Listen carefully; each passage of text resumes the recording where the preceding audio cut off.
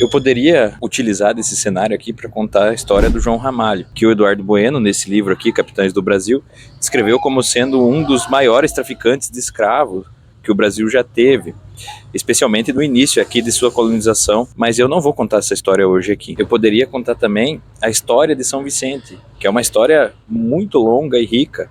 A cidade ela foi fundada lá no início dos anos 1530, em 1531, pelo Martim Afonso, que é outro personagem que eu poderia contar a história aqui, mas eu não vou contar nenhuma dessas duas histórias também. Isso porque chegar aqui em São Vicente, especialmente nessa parte mais histórica, aqui em frente à igreja, me fez ficar bastante triste com a situação que a história está sendo tratada aqui nesse lugar. Chegando aqui, eu até me deparei com a reconstrução dessa vila aqui, para que fosse explorado turisticamente, porém tudo está fechado.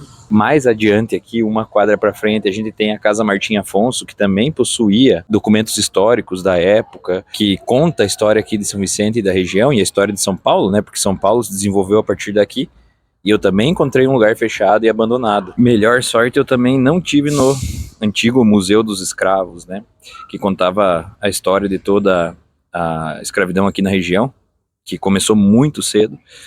E esse museu, ele fica no Parque Futuruá e também se encontra fechado já há alguns anos. Tudo isso me fez refletir um pouco e desanimar sobre contar essas histórias para vocês.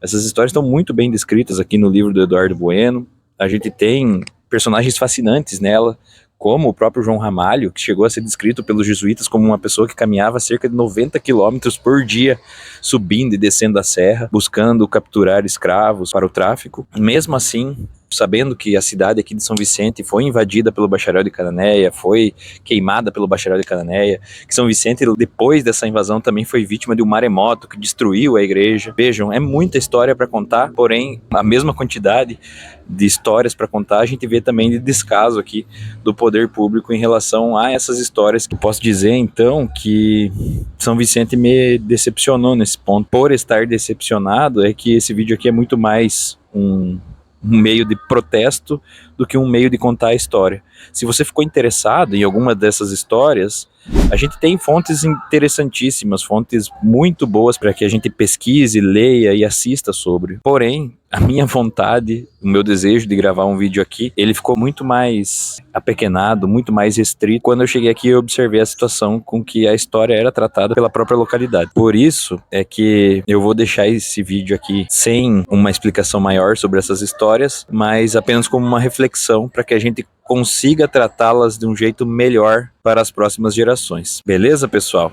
Um abraço, até mais.